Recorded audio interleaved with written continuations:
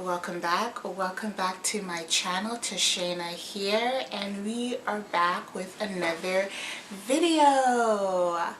And I just want to say Happy New Year to everyone out there, and I hope you guys had a good holiday.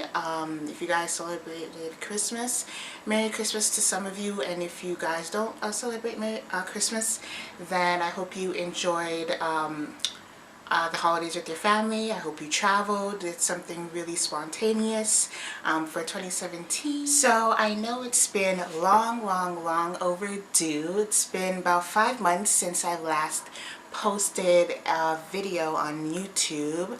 Actually, it was like, I feel like now in 2018 I can say it's been last year since I posted a video on YouTube. But if you haven't watched that video yet, there will be a link down in the description below. It's a car tour video, just showing off my car that I have. So today's video is going to be an update video on, you know, what's been going on with me in my life. So it's just gonna be an update video on, you know, where have I been, why am I MIA, why haven't I been posting, you know, just to answer all of your questions and concerns of why I haven't posted a video in the last few months. So I've had a few bullet points that I wanted to go through and talk about. Just talk about briefly, not very long.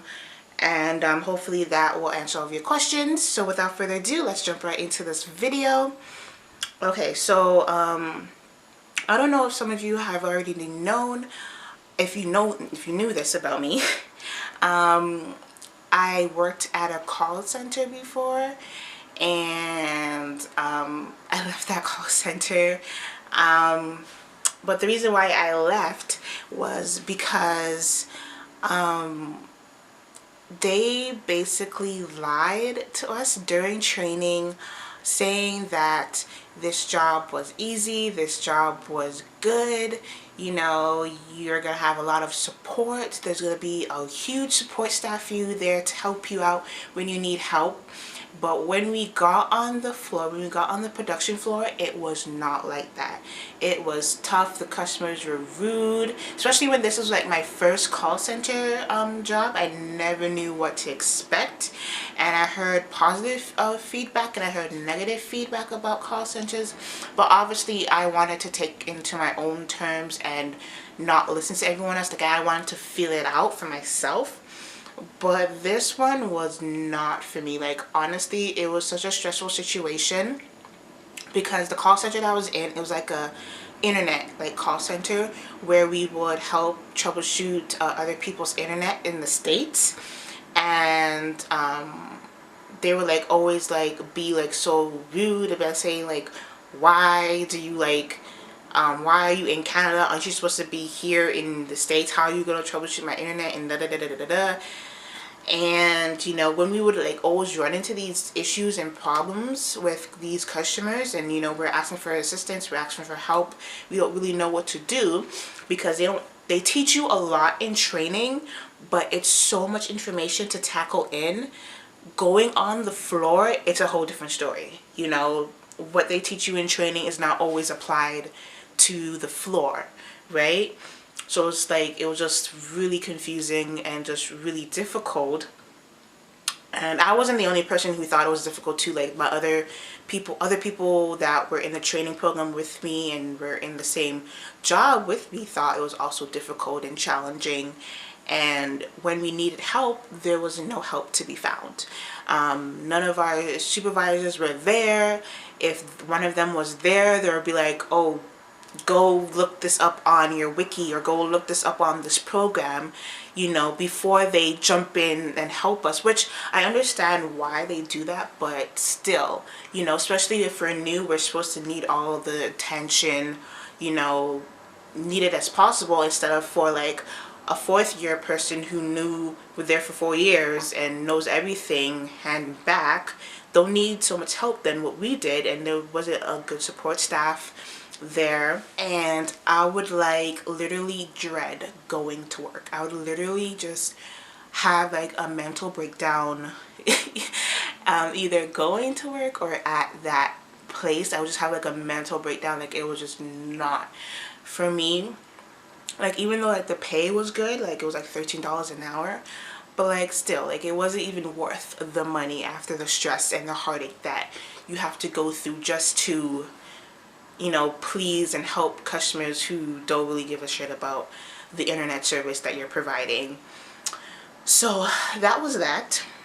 So I left that job. Like, actually, the thing is, I didn't even give like a 2 weeks notice with that job. I just left. Like, I just left and didn't come back, or I just stopped showing up for my shifts, because what's the point if I'm like, if I like, what's the point of giving 2 weeks notice? If I give a 2 weeks notice, that means I still have to work there and finish out my 2 weeks.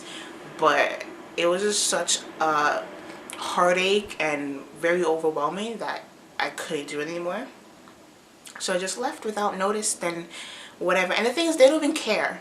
Their whole system of when, if you're absent or if you're calling in sick, you don't talk to a person like you would a normal workplace. Like, if you go to school, or well, not in college or university or whatever, but if you went to like high school or public school, you know, you would have to call in and be like, oh, you're sick. Or even when you're on a job, you have to call your boss and say, okay, I'm not coming into work today. But the way they operated in this call center was like, you don't talk to human beings. You talk to robots. You talk to automated machines telling you, you have to give them your information, like your SIN number and your name, and reasons of why you're not coming into work. Like, you're talking to an automated machine. You're not even talking to a real person. That just made me feel like, okay, there is no interpersonal skills when it comes to this work. There's no everyone working as a team. It's everyone in it for themselves, if you understand what I'm saying.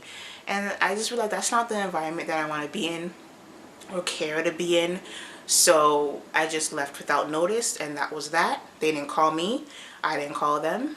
They gave me my last paycheck, and that was it with that job. So after I left the call center, obviously I was out of a job for maybe about a month, almost 2 months or so. And during that time, that was really stressful for me, because I had no income coming in, no money, no source of food or anything, and I had bills. So it was just a stressful time, and it, you know, really, it would be a stressful time for anybody in that situation. So yeah, so after like looking for a couple more jobs, I got a email. No way. So yeah, so like I said, it was a stressful situation. I couldn't, you know, afford to get things. I couldn't afford to pay my car insurance anymore. So I had to cancel my car insurance. So then I couldn't drive. So then now I'm reverting back to taking the TTC, the bus, the transportation. And so then, yes, I couldn't drive anymore, and like I said, this whole situation just kept getting worse and worse and worse and worse each time, you know, the days goes by. So I don't know, I think it was like in the morning or something, one day I've got a email, and the email was like saying something about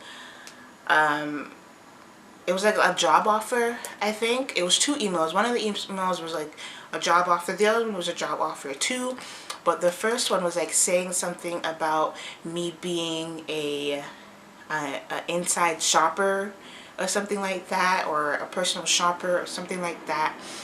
And it had like all the information there, how much I would get paid if I worked full-time or part-time. You know, I get like a bonus of commission and all that type of stuff, and it was going in depth, and it was like saying like, you know, if I was interested to email the person back, and it was like an online job, so I didn't have to like do anything and da-da-da-da or whatever. And I know what you're saying, you're like, TichaenaC, that's a big red flag there. I know this at the time, But then I didn't know, especially when I was desperate, especially when I needed a job, especially when I needed money, especially when nothing was coming in. I needed something. And in that time, obviously, I wasn't thinking logically. You know, my judgment was clouded.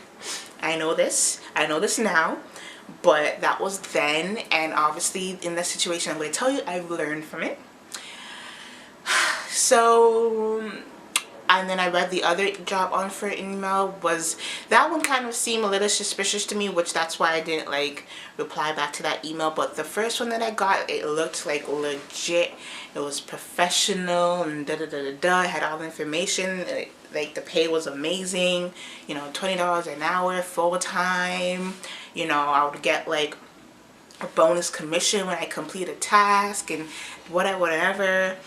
And so I accepted it, and I got an email saying, okay, the person's gonna call me for a phone interview. Not a face-to-face interview, but a telephone interview, which I know, another red flag that I should have listened to and took into consideration. But like I said, you can't blame me for that because I was desperate, okay?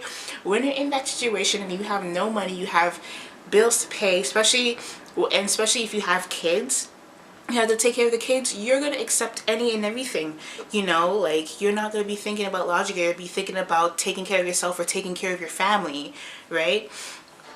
So, yep, so I said I was interested, and then the day after that, I got a call from a phone number, and this phone number was like in like, I think it was Nova Scotia, I think it was the area code. Sorry if you can hear like the sirens or wind or rushing or whatever. My window is cracked a tiny bit because my room is really hot, so I just leave it cracked just a bit to cool down the room. So sorry if you can hear any of that, and if not, then disregard that message. So yeah, so then I got a telephone call saying, oh hi, can I speak to, you know, they're saying my name's TichaenaC, you know, this is from, I don't even remember what the thing was called, but that was talking to a lady, which I think it was a lady, but whatever. So I was talking to this lady, and she was like asking me, she wasn't asking me like interviewing questions, she was just asking me like one or two questions, like, am I in school?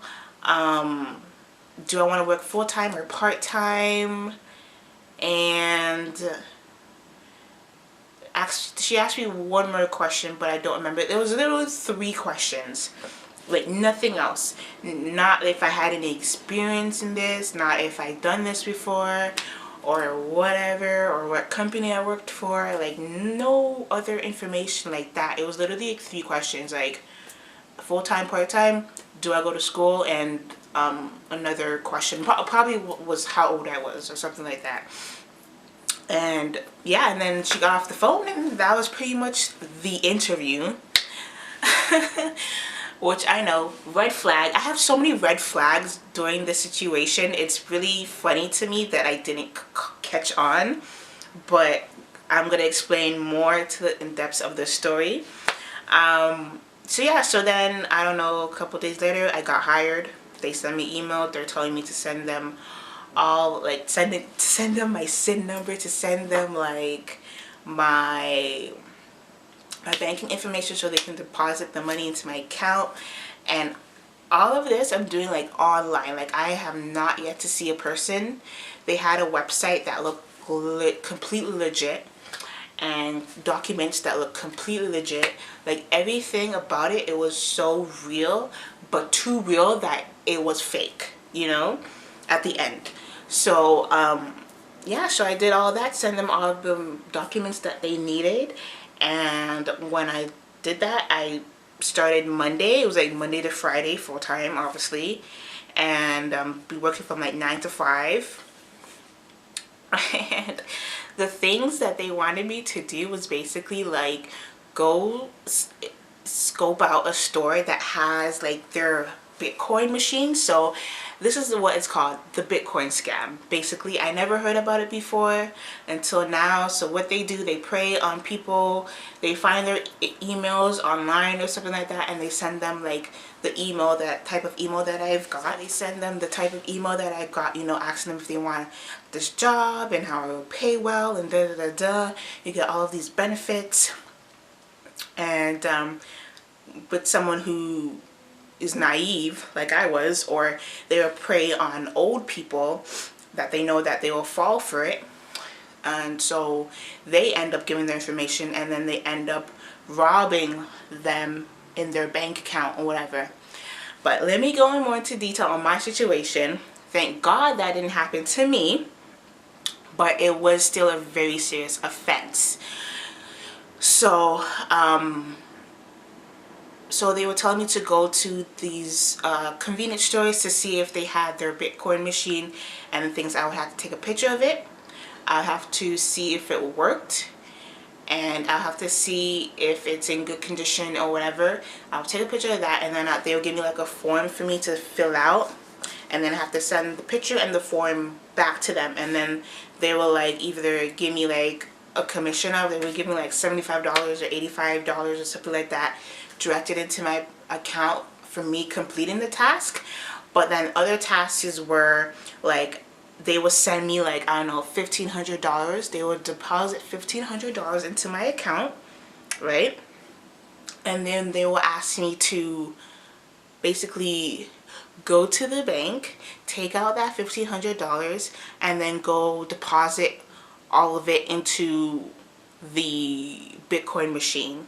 And then, or they would tell me to deposit of something like a little, like, because I would have to get commission on that for me to do the task. So they would deposit some like this amount of money, and then what's left will be your commission or whatever, just like that, right? So me stupidly did that, go take out the money and then put the whatever the amount they want me to put into the Bitcoin machine, and I send it off. And I don't know what's sending to, I don't know who I'm sending it to, I don't know where the money's coming from or whatever. But this went on for maybe, I literally only did this thing, this job, this so-called job, for like 3 days, which I'm glad I didn't do it for any more, because then I probably would have gotten to some serious trouble.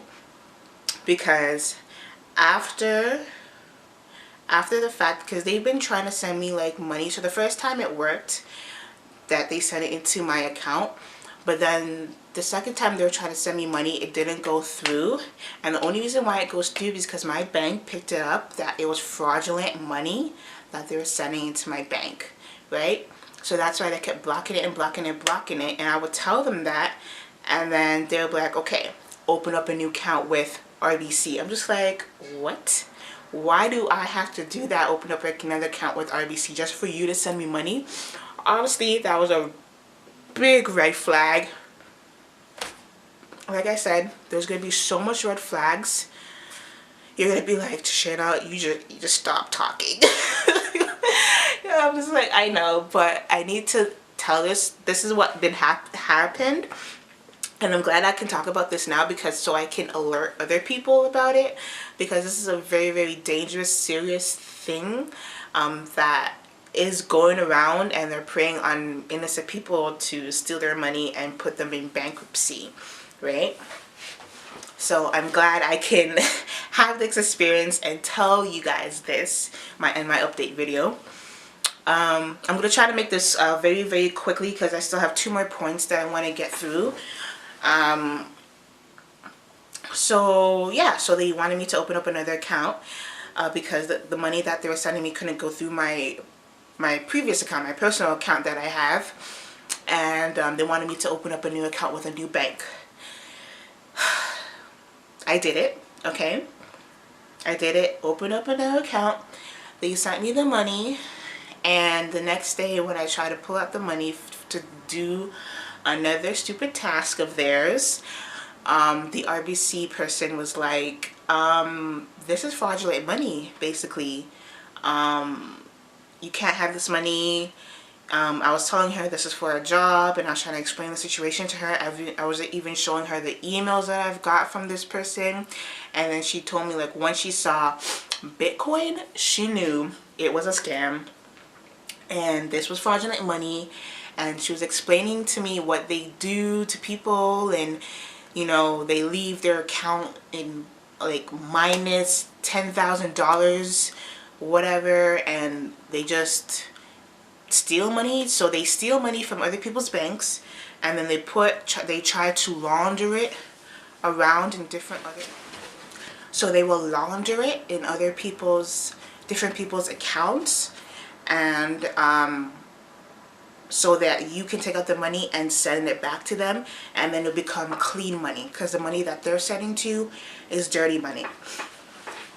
So when the RBC lady was telling me all this, I was shocked. I was just shocked. I was terrified. I was scared. I was feeling all these emotions. I'm just like, I don't know what to do.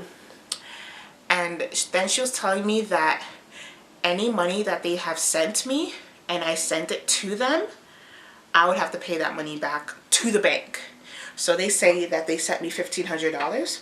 I would have to pay that $1,500 back to the bank, because technically I stole that money from the bank, right? So it was just so crazy. So I had to like work this whole situation out with RBC. I had to work it out with my personal bank, and thank God that, you know, they didn't want to, since this is my first, I didn't know any of this. Obviously I didn't know anything. I was clueless. I was stupid. I was desperate for money, and they preyed on me. So the fraudulent people that I talked to with my bank said like how since this is the first time, you know, we're just gonna like let it slide and you don't have to pay any money back and whatever, it's clean, but you have to go to like, I have to go to like certain security steps so that this won't happen again. So I would like, if I wanted to like deposit any money, I would have to like go to the bank, or if I had a check, I would have to like go to the bank so they know that it's not fake, it's not fraudulent or anything like that. So there was like certain other steps that I had to do because of the situation, just for more protection for myself in the future and security, which I'm totally all fine with.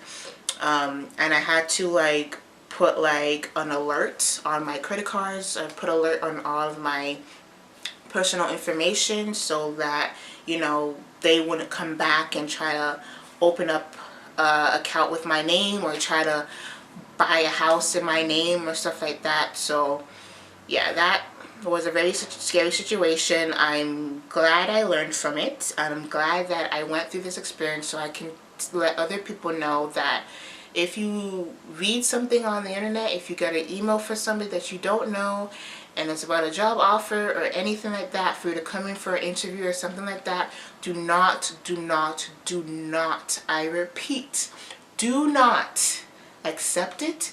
Do not write back. Do not confirm. Just block it, put it in your spam, delete it, and just move on with your life, because this is what happens. You can see all the documents that they have sent me. It was all real, but they make it look so real so people can think like this is a legit company and this is a legit business, but it's all fake. They're liars and they're thieves. And I'm so glad that I don't have to deal with that situation anymore, because in the couple of days that when I went through this whole situation last year, like I was scared for my life. Like I feared that they would come for me, and I feared that they would do something with my name or whatever, because when I wasn't replying to any of their texts about their money, they're like saying, oh, we're going to go to the police and we're going to do this and we're going to do this and blah, blah, blah, blah. And I was like, you know, I was like really scared, but thankfully, you know, everything worked out in the end. I'm really excited about that. Okay, so that was also what was going on. So quit my job, couldn't find a job, couldn't pay my bills. You know, I went through this traumatic experience with this Bitcoin scam. You know, like I said, it just gets worse and worse and worse. But there was a silver lining in all of this, because after that experience I went to more interviews. You know, I continued to call people, and then I finally got an interview to a legit business, and then I got hired. So now I'm currently a part-time sales associate at Payless in my area, and it's a legit business, obviously. I'm getting paid for it, obviously. So that was really good. So out of all of this, I finally found a job. I finally, you know, had income coming in. I was finally able to support myself or whatever. I still can't pay for my car insurance though, but due time, when I build back up with my savings and stuff like that, hopefully I'll be able to get my car insurance back. But I'm still making payments on my car, so that's good. And until then, I'll just be taking the bus, which is fine. Yeah, so that's good.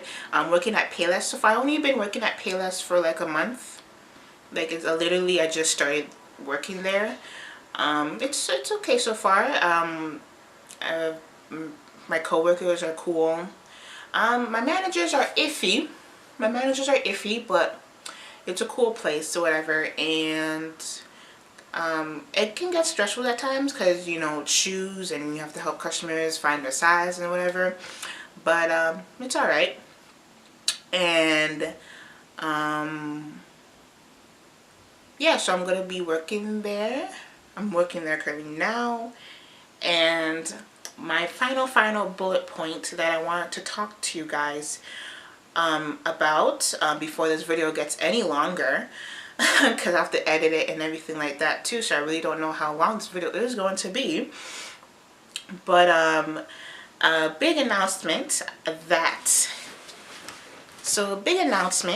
that I wanted to share with you guys is that I have decided to go back to school. Yes! So this year, September, I'm gonna go back to school. I was thinking about this from last year, like, you know, wanted to go back to school for something, but I didn't know what. So I just randomly one day just was looking up like programs and, you know, looking up what sparked my interest, and I found like a couple of things. The first one is like esthetician. So if some of you don't know what that esthetician is, it's basically like a beauty and skin specialist. You basically work on the skin, the body, massages and all that stuff with the face and skin, blah blah blah blah. And there's so many different fields that you can go into that with. Like, you can work at a day spa, a salon, you know, you can work at on cruise retreats, you can work at a medical place, a surgeon place or whatever, because you can also branch off to become a medical esthetician, where that's more advanced with the skin. You can do more like laser hair removal, microabrasions and stuff like that. So there's different things that you can branch off in esthetician, which I think it's amazing, and so much different opportunities that can build you. So that's one of the programs I'm thinking about taking an interest in. And there was like baking and pastry management. There was like a mental health and addiction worker. So those were like the couple colleges that couple programs, I'm sorry, that I applied for. I already sent in my application form, so around February I should be getting like emails about, like, you know, like about more information about those programs or something like that, or maybe like an early acceptance letter or something like that. So around February or March I should probably be getting something like that.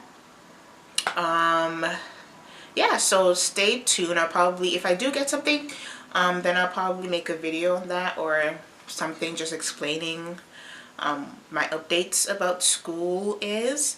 But I really want to go into esthetician. That's my top program, my top ranking that I'm really interested in, that I want to do. Because you know, some of you already know that I did go to school for photography, but that didn't work out. So I want to find something else that I'm interested in and I could stay interested in, and see how that works out. But only time will tell, guys. So that was everything that I wanted to talk about, give you guys an update about on my bullet point list. So I really do hope you guys enjoyed this update video. There was a lot of information in this video, so hopefully this video is not too long. And I do wish you guys a happy new year. 2018 is going to be a good year, guys. I can kind of feel it. Hopefully you guys feel the same way. And if you guys have any New Year's resolution that you guys want to tell me about or talk about, please leave that in the comment section below. Tell me what your New Year's plan is. You know, if you're planning on going to the gym more, or getting healthier, or you know, want to travel the world, or if you want to, you know, pursue your career, anything. Just, you know, just tell me what your New Year's resolution is. My New Year's resolution is to focus on myself this year. That's really general, and the reason why I'm leaving it general, because doing that can involve a lot of things that will help benefit me in the long run. Sorry, I've been talking so fast. Yeah, so my New Year's resolution is to, you know, just better myself this year and try to focus on myself more. Last year I wasn't really focusing on myself. I was kind of just, you know, focusing on other people and dwelling in other people's lives, and I just forgot to, you know, think about myself. Sometimes you just have to think about yourself and be selfish and just do you, right? And just not just leave everybody else out of the equation, type of thing. So this is what 2018 is going to be for me, is just focusing on myself, you know, not worrying about other people. If new people start to come into my life, you know, I have to be really diligent on who stays and who goes in my life, because I really need positive people. I really need people that could better, like, build me up and not drag me down, type of thing, you know? So this is what I want this year to be. 2018 is going to be a good year for all of us. I can feel it. I have high hopes for everyone going into this new year, and I wish you guys all the best. And I just want to, before I end this video, I just want to thank all of the new subscribers that subscribed to my channel when I was MIA. I know it's been a while, but thank you for all the newcomers. If you're new, please do give my channel a chance, and please do stick around. For my old subscribers, keep liking my videos and keep being supportive. Until next time, guys. Bye!